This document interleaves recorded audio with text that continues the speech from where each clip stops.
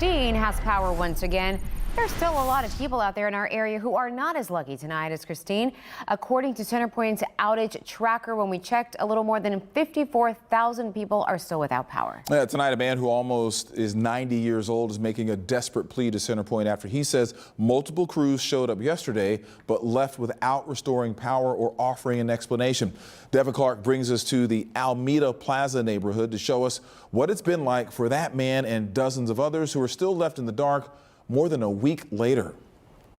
We're told that 77 homes in this Almeda Plaza area do not have power. This is an older community with a largely elderly population. Many of them do not have generators. Many of them are in fear for their lives, and not just because of the heat. You see these commercials, I'm falling, I can't get up. Yeah. That would be me. Since Hurricane Beryl knocked out his power, it's gotten a lot harder for 86-year-old Julius Gordon Jr. to get around his Almeda Plaza home. Batteries are my lifesaver. With a walking cane in one hand and a flashlight in the other, at night he does his best to move around in total darkness. Normally, I've got to watch out for what's on the floor. I don't want to slip on anything. And with extreme temperatures and no electricity for over a week. 92 degrees in here right now? Yeah. Coolers have become a makeshift fridge when his daughter can find ice to bring him. Survival.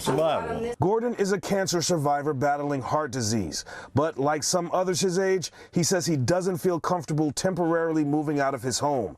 His daughter fears her daily efforts to bring him fans and other cooling mechanisms. You put cold water in it, then you get cold mist. May not be enough. He could still smother and die in here. God forbid. And I don't want to plan a funeral for my father because of a hurricane.